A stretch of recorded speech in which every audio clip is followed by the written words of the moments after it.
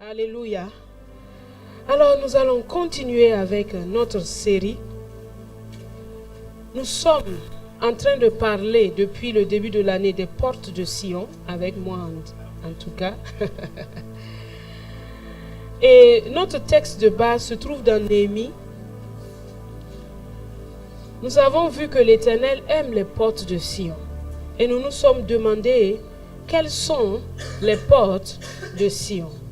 Et le texte de Néhémie nous a aidé à comprendre qu'à Jérusalem, les murailles et les portes de Jérusalem étaient détruites. Et Néhémie a été cet homme que Dieu a suscité pour rebâtir les murailles et pour réparer les portes.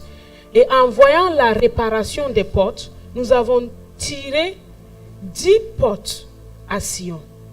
La première était la porte des brebis. La deuxième, la porte des poissons. La troisième, la vieille porte. La quatrième, la porte de la vallée.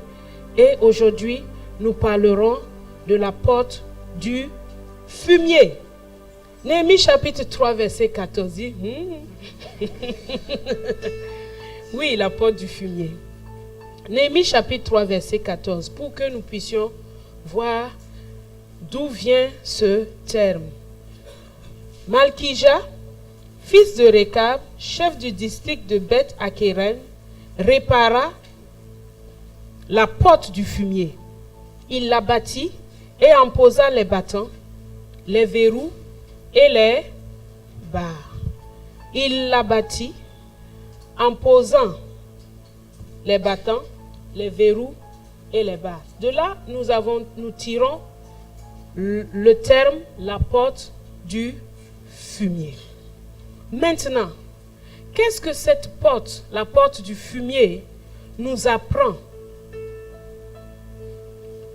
de notre cité dans laquelle nous nous trouvons et aussi de notre cœur, parce que notre cœur est la demeure de Dieu, une petite Jérusalem. Et tu vas voir, est-ce que tu n'as pas besoin de réparer la porte du fumier dans ton cœur? Comme Malkija l'a fait. La porte du fumier fait référence à plusieurs choses. Mais la première chose,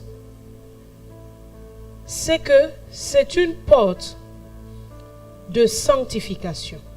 Jérémie chapitre 15, verset 19. Vous le connaissez ce terme. Jérémie 15, 19.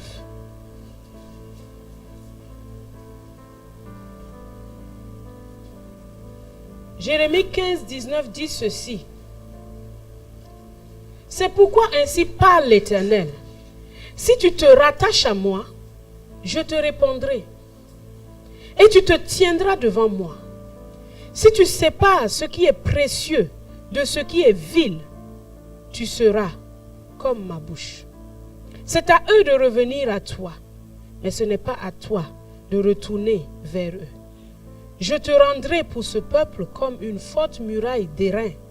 Ils te feront la guerre, mais ils ne te vaincront pas, car je serai avec toi pour te sauver et te délivrer. Dit l'Éternel, je te délivrerai de la main des méchants et je te sauverai de la main des violents. Les deux phrases qui vont attirer et qui vont être l'objet de notre méditation ce matin, c'est « Si tu te rattaches à moi, je te répondrai et tu te tiendras devant moi. Si tu sépares ce qui est vil de ce qui est précieux. » Le fumier est fait de quoi? C'est quoi? Les quoi? Les excréments d'animaux.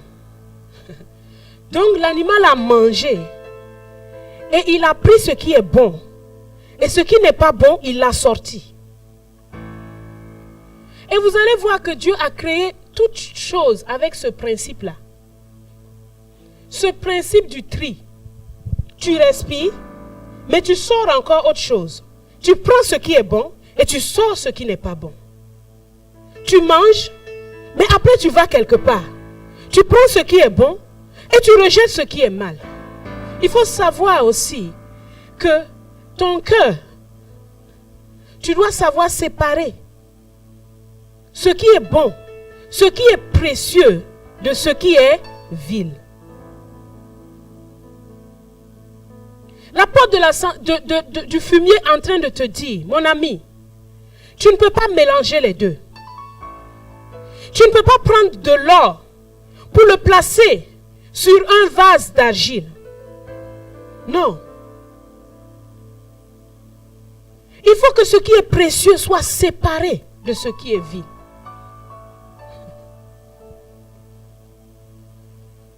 Donc, ça t'enseigne sur plusieurs choses. D'abord, la chose la plus évidente qui vous saute tous aux yeux, c'est de se séparer du péché. Ça, tout le monde. Se séparer de ce que tu sais être mauvais. Se séparer de ce que tu sais te détruire. Se séparer de ce que tu sais ne pas être agréable à Dieu.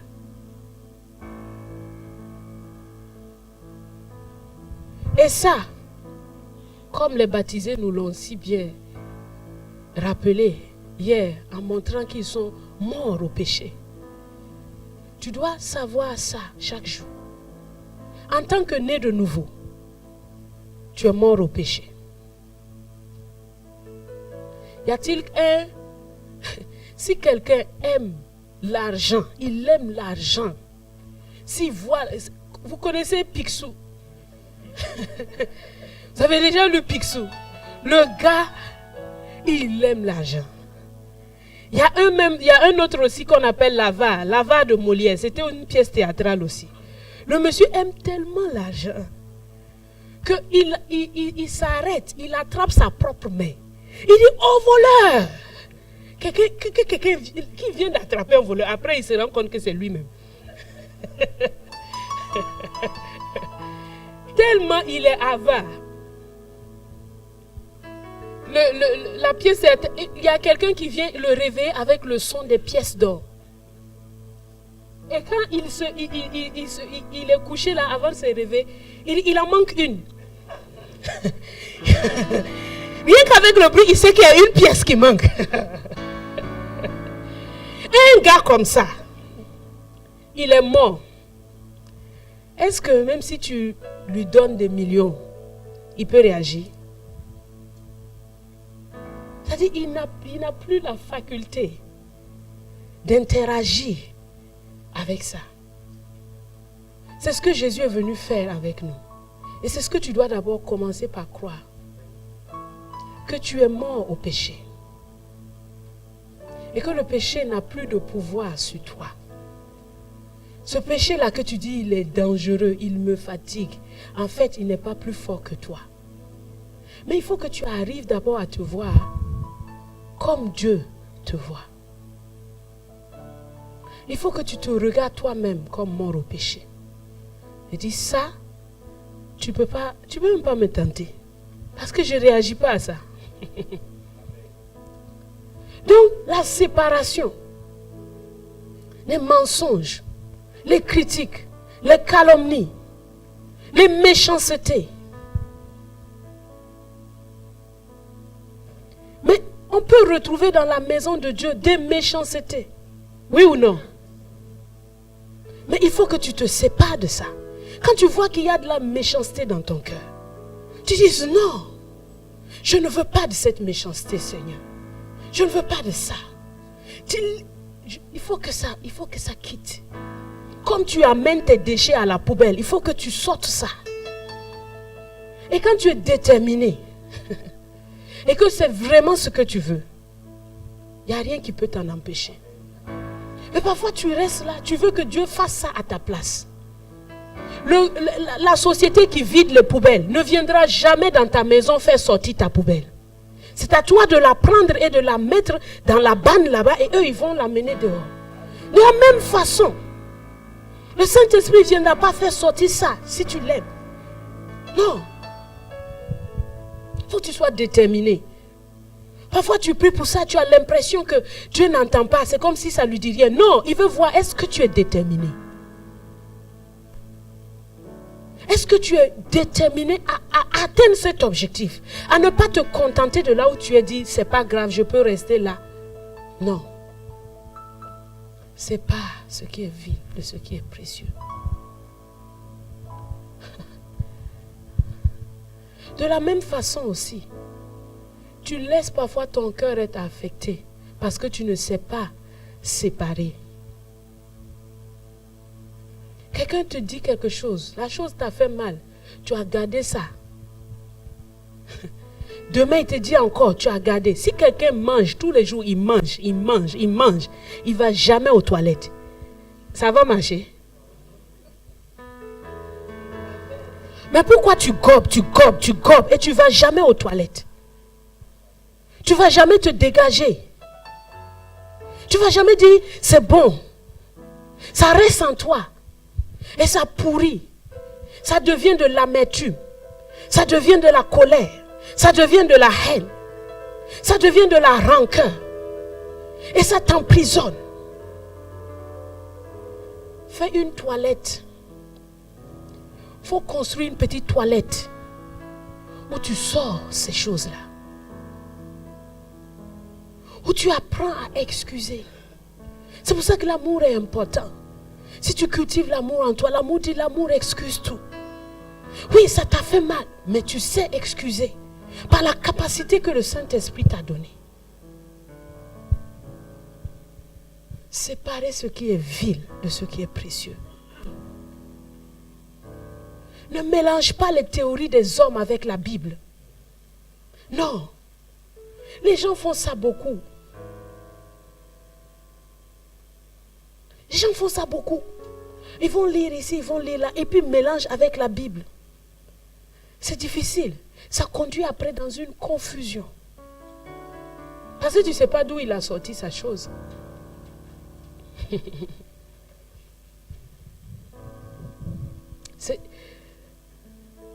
Soyez collés à la parole de Dieu. Car c'est elle qui vous sanctifie. Jésus a dit, sanctifie-les par ta vérité. Ta parole est la vérité. À chaque fois que tu plonges tes regards dans la Bible, c'est comme si tu es en train de prendre une douche. L'eau de la parole coule sur toi et elle te nettoie. Tu peux être chargé. Ce n'est pas la prière qu'il te faut. Il te faut un temps de communion. La communion, ce n'est pas seulement quand tu pries.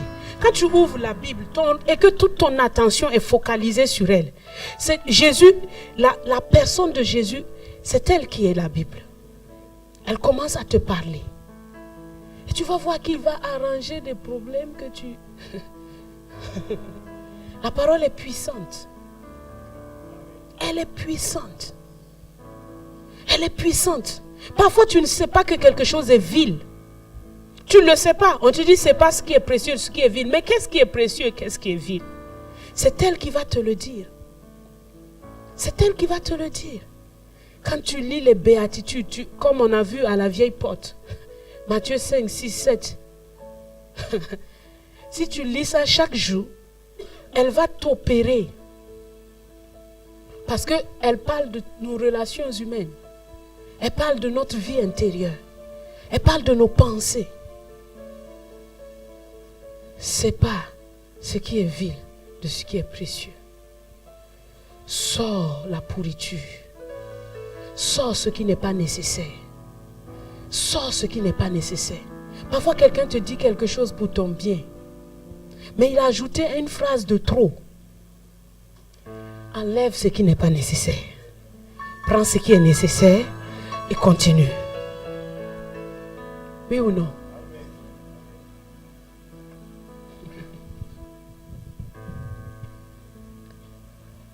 La porte du fumier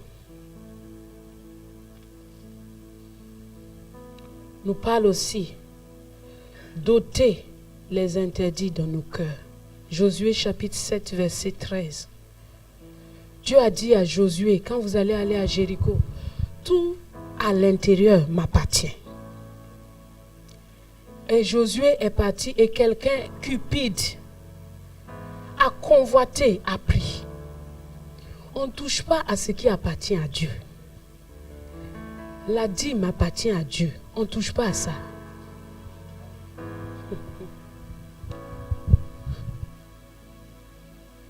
Une personne ointe et consacrée appartient à Dieu.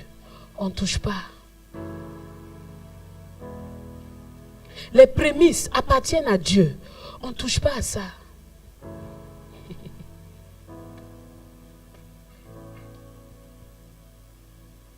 Ôtez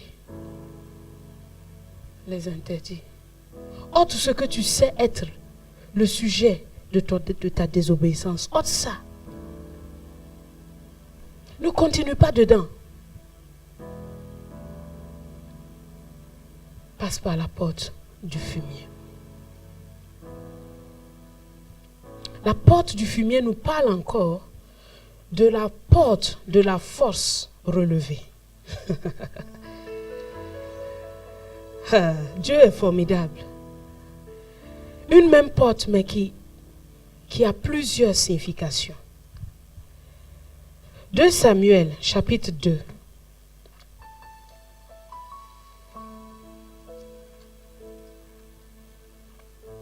Un Samuel, chapitre 2, verset 1 à 10.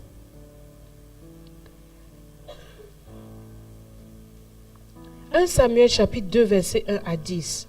Anne pria et dit, mon cœur se réjouit en l'Éternel. Ma force a été relevée par l'Éternel. Ma bouche s'est ouverte contre mes ennemis. Car je me réjouis de ton secours. Nul n'est saint comme l'Éternel. Il n'y a point d'autre Dieu que toi. Il n'y a point de rocher comme notre Dieu. Ne parlez plus avec tant de hauteur. Que l'arrogance ne sorte plus de votre bouche. Car l'Éternel est un Dieu qui sait tout. Et par lui sont pesées toutes les actions. L'arc des puissants est brisé. Et les faibles ont la force pour ceinture. Ceux qui étaient rassasiés se louent pour du pain. Et ceux qui étaient affamés se reposent. Même la stérile enfante 7 fois. Et celle qui avait beaucoup d'enfants est flétrie. L'Éternel fait mourir et il fait vivre. Il fait descendre au séjour des morts et il en fait remonter. L'Éternel appauvrit et il enrichit. Il abaisse et il relève. De la poussière, il retire le pauvre. Voilà le verset. Du fumier,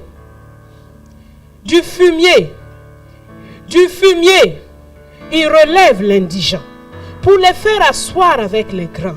Et il leur donne en partage un trône de gloire.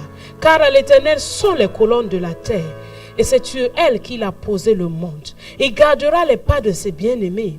Mais les méchants seront anéantis dans les ténèbres. Car l'homme ne triomphera point par la force. Et les ennemis de l'Éternel trembleront. Du haut des cieux, il lancera sur eux son tonnerre. L'Éternel jugera les extrémités de la terre. Il donnera de la puissance à son roi. Il relèvera la force de son oint. La porte du fumier nous parle aussi d'une autre chose que Dieu fait. Le fumier représente les situations qui attirent le rejet dans ta vie. Les situations qui attirent la honte. Les situations qui attirent beaucoup de tristesse. Mais la Bible me dit, Anne a prié. On dit que c'est un cantique, mais on a commencé par dire que c'est une prière. Elle dit plusieurs choses. Elle dit, ma force a été relevée par l'Éternel. Après, elle dit, du fumier, il relève le pauvre. Après, elle dit, l'homme ne triomphera pas par la force. Et après, elle dit, il relèvera la force de son oint. Notre force naturelle, là, sa force naturelle ne lui a servi de rien. Ce qu'elle avait comme atout ne lui a servi de rien. Notre force naturelle ne se trouve pas dans le fumier. Dans le fumier, tu ne peux pas trouver ta force dedans. Dans le fumier, tu trouves quoi? Ta faiblesse.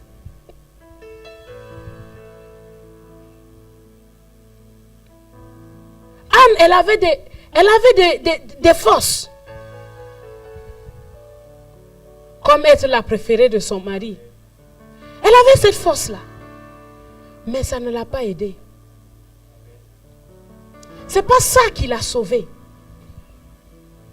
Dieu est venu la tirer du fumier, de ce qui faisait sa honte, de ce qui faisait sa misère. Et à la porte du fumier, Dieu te dit, ce qui fait ta misère, c'est justement là où je veux faire sortir ma force. Pas ta force, mais ma force. C'est pour ça que Paul a dit, que l'Éternel lui a dit, ma grâce te suffit, car ma puissance s'accomplit dans ta faiblesse, dans ton fumier là. Dieu fera en sorte que tu aies une Jérusalem, il y aura une porte il y a une porte du fumier dans ton cœur. Il y a une porte du fumier. Mais sache que justement à cette porte du fumier, il y a la force de Dieu qui est stagnante dedans. Est-ce que tu crois ça? Ce n'est pas ta force, sa force.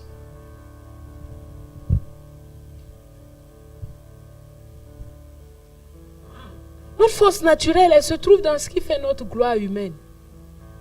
Pour certains, c'est leur argent, leur relation, leur famille, leur intelligence, leur carrière, leurs avoirs. Mais cette force-là ne peut pas te mener au triomphe. Ta vraie force se trouve dans le fumier.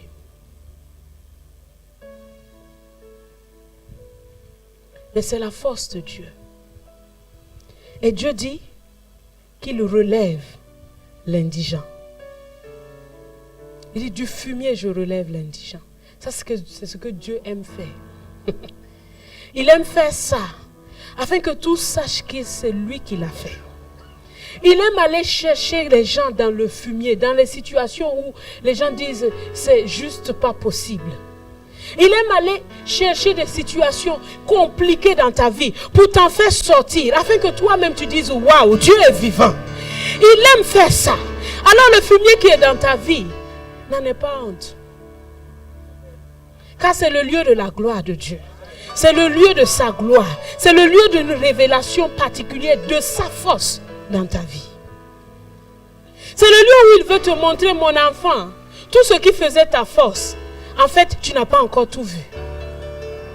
Il y a encore des domaines où je dois te surprendre. Il y a encore des domaines où j'ai une histoire à écrire avec toi. Il y a encore des domaines où je veux dire au monde entier, du fumier je relève le pauvre. Pour le faire asseoir avec des grands. Du fumier il te relève. Du fumier il vient te tirer. Du fumier il vient te relever. Il vient t'enlever. Il te nettoie. Il t'habille. Il te fait asseoir sur un trône. C'est Dieu seul qui le fait. Il l'a fait avec Anne. Il l'a fait avec Joseph. Il l'a fait avec tant et tant de personnes. Encore, il continue de le faire aujourd'hui. Tu ne seras pas exclu. Et tu ne seras pas non plus le dernier. Parce qu'après toi, il continuera encore à le faire.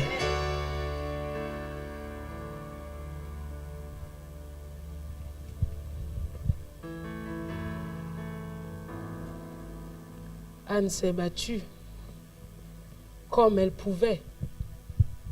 Mais elle n'a pas trouvé de réponse jusqu'à ce qu'elle entre dans la présence de Dieu. Jusqu'à ce qu'elle s'asseye là. Jusqu'à ce qu'elle le touche. Jusqu'à ce que quelque chose des entrailles de Dieu parvienne à elle.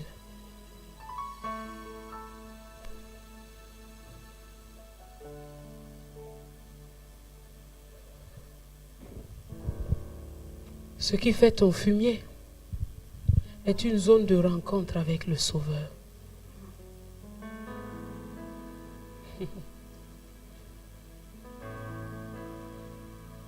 Dieu se plaît à faire cela.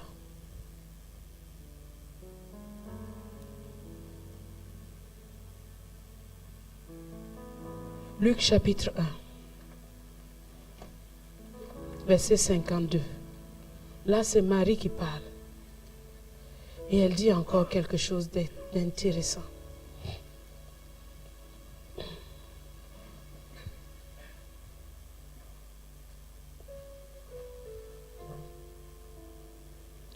Versets 51 et 52. Marie dit ceci. Il a déployé la force de son bras. Il a dispersé ceux qui avaient dans le cœur des pensées orgueilleuses. Il a renversé les puissants de leur trône et il a élevé les humbles. Il a rassasié de bien les affamés et il a renvoyé les riches à vide. Il a secouru Israël son serviteur et il s'est souvenu de sa miséricorde comme il avait dit à nos pères envers Abraham et sa postérité pour toujours. Marie redit une chose que Anne a semblé dire, mais un peu différemment. Elle dit, il a élevé les pauvres. Il a dispersé ceux qui avaient dans le cœur des pensées orgueilleuses et il a élevé les humbles. L'humilité.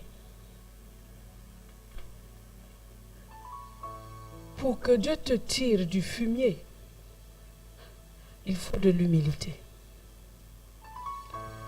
Parce que Anne s'est humiliée devant Dieu. Et Dieu l'a élevée. Toi aussi, tu dois t'humilier devant lui. Tu dois t'humilier devant lui. T'humilier devant lui, c'est dire, c'est reconnaître d'abord dans ton cœur ta petitesse. Reconnaître d'abord dans ton cœur qu'il n'y a pas de mérite à ce qu'il faut qu'il le fasse. Parce que plusieurs vont à Dieu avec beaucoup de machin. Avec tout ce que j'ai fait pour toi, Seigneur, tu as fait quoi au fait? Au fait, est-ce que tu peux nous dire ce que tu as fait? On va prendre l'œuvre de la croix, on va mettre à côté et on va voir avec ce que tu dis que tu as fait là. Hein? C'est quel poids? Tu ne peux pas te vanter devant Dieu ou dire à Dieu qu'il te doit quelque chose. De toute façon, tu es à lui. Oui ou non? Mais quand tu t'humilies sous sa main, reconnaissant ta pauvreté et t'attendant à lui dans toutes les instructions qu'il aura à te donner, tu verras. Il changera ton fumier en un sujet de gloire. Quand Anne est allée au temple, on ne sait pas ce qu'elle a dit à Dieu. On ne sait pas tout ce qu'elle a raconté. Mais on ne la voit pas dans un esprit de vengeance. Non. Elle n'espérait pas tous les autres fils que Dieu lui a donnés plus tard. Elle en voulait juste un seul. Mais le seul là, elle était prête à le donner.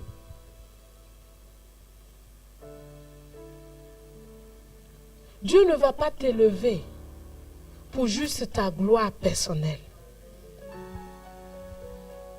Il ne va pas te tirer du fumier juste pour ta gloire personnelle.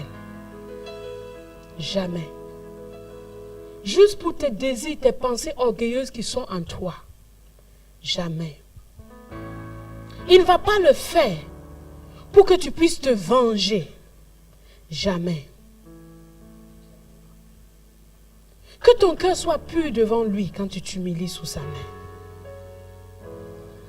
Que ton cœur soit droit devant lui.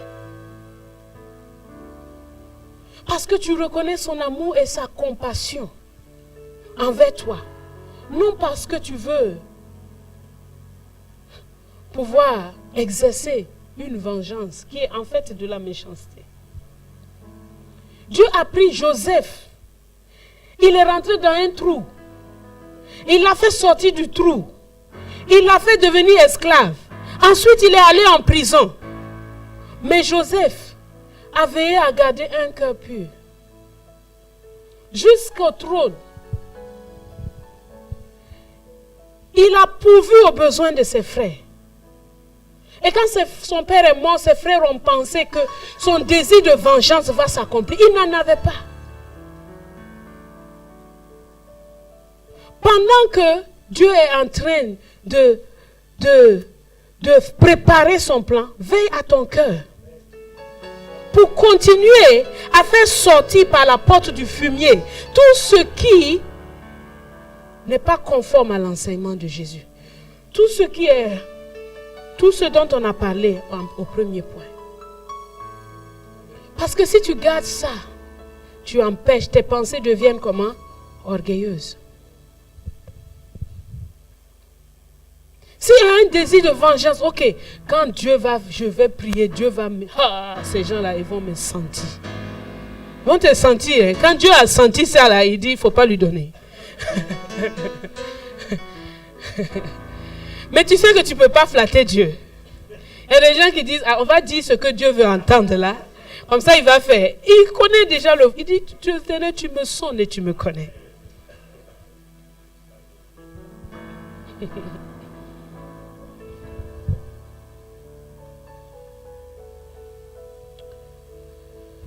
La porte du fumier est une porte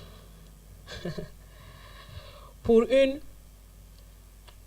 plus grande utilité. J'appelle ça comme ça. Pour une plus grande utilité. Je vais expliquer. Luc chapitre 13.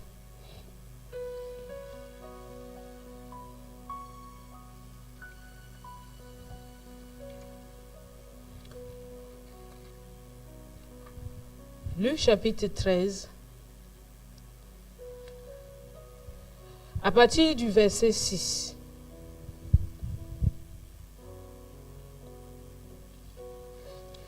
La Bible dit ceci. Il dit aussi cette parabole. Un homme avait un figuier planté dans sa vigne. Il vint pour y chercher du fruit et il n'en trouva point. Alors il dit au vigneron, voilà 3 ans que je viens chercher du fruit à ce figuier et je n'en trouve point. Coupe-le. Pourquoi occupe-t-il la terre inutilement? Le vigneron lui répondit, Seigneur, laisse-le encore cette année. Je creuserai tout autour et j'y mettrai du fumier. Peut-être à l'avenir portera-t-il du fruit. Sinon, tu le couperas.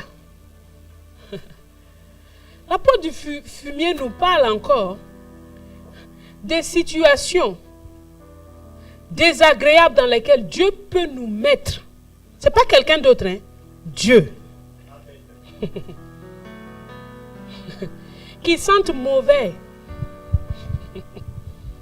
Des situations que tu n'aimes pas. Des situations vraiment c'est compliqué. Seigneur, si tu peux me sortir de cette affaire. Mais est-ce que ce n'est pas parce que tu n'as pas porté du fruit? Il a investi en toi. Il t'a donné la parole. Chaque jour. Il t'a arrosé. Chaque jour. 3 ans. 0 fruit.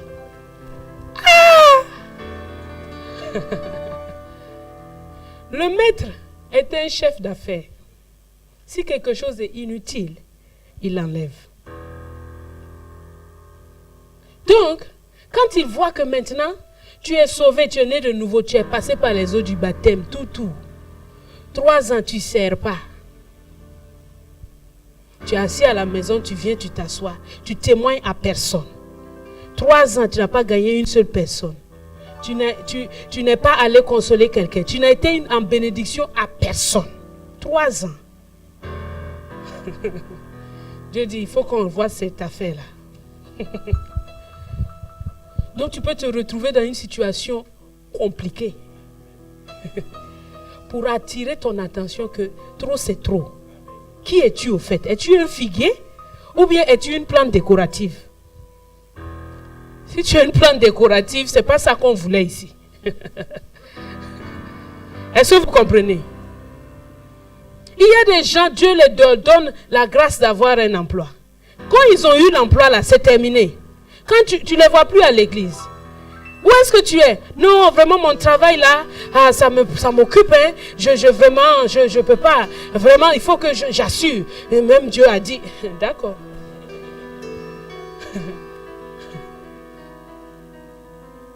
Ou une femme, une vertueuse qui était bien zélée quand elle était célibataire. Dès qu'elle se marie, non, il faut que je fasse la cuisine à mon mari. Il faut que tu la vois plus.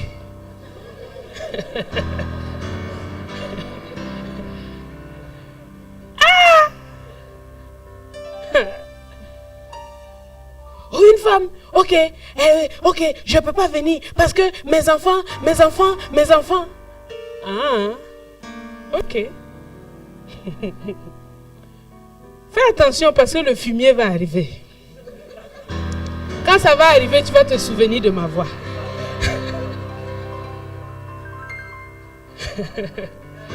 Dieu attend du fruit.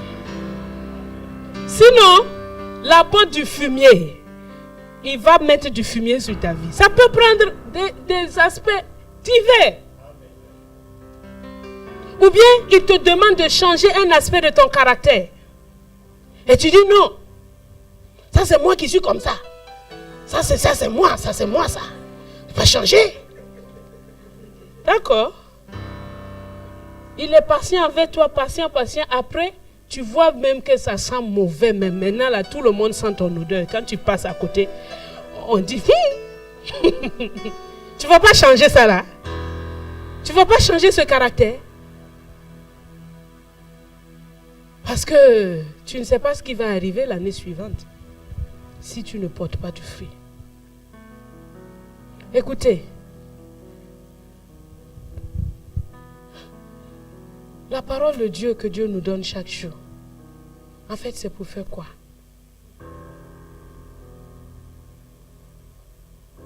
C'est pour que toute la création entière voit le genre divin.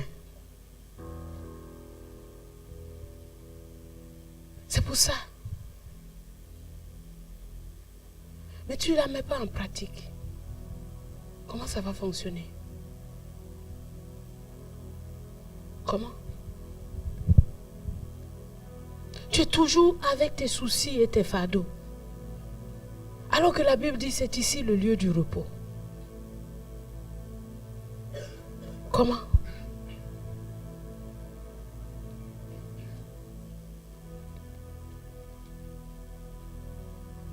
Est-ce que tu veux croire à ce Dieu? Est-ce que tu veux te séparer de ce qui est vil? Est-ce que tu veux chérir ce qui est précieux?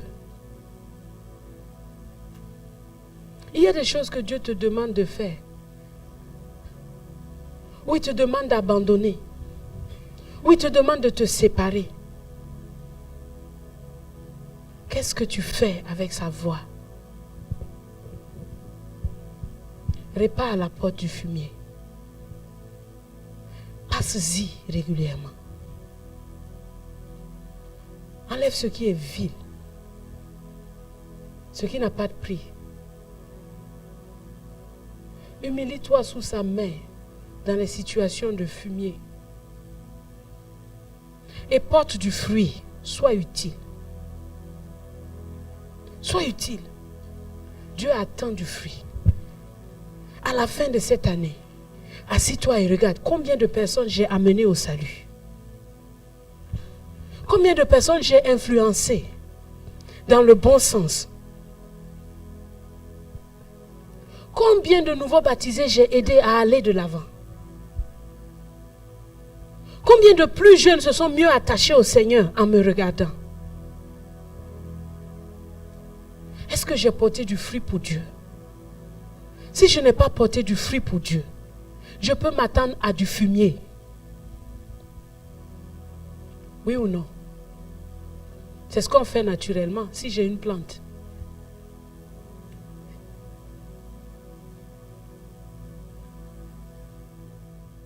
Nous allons prier.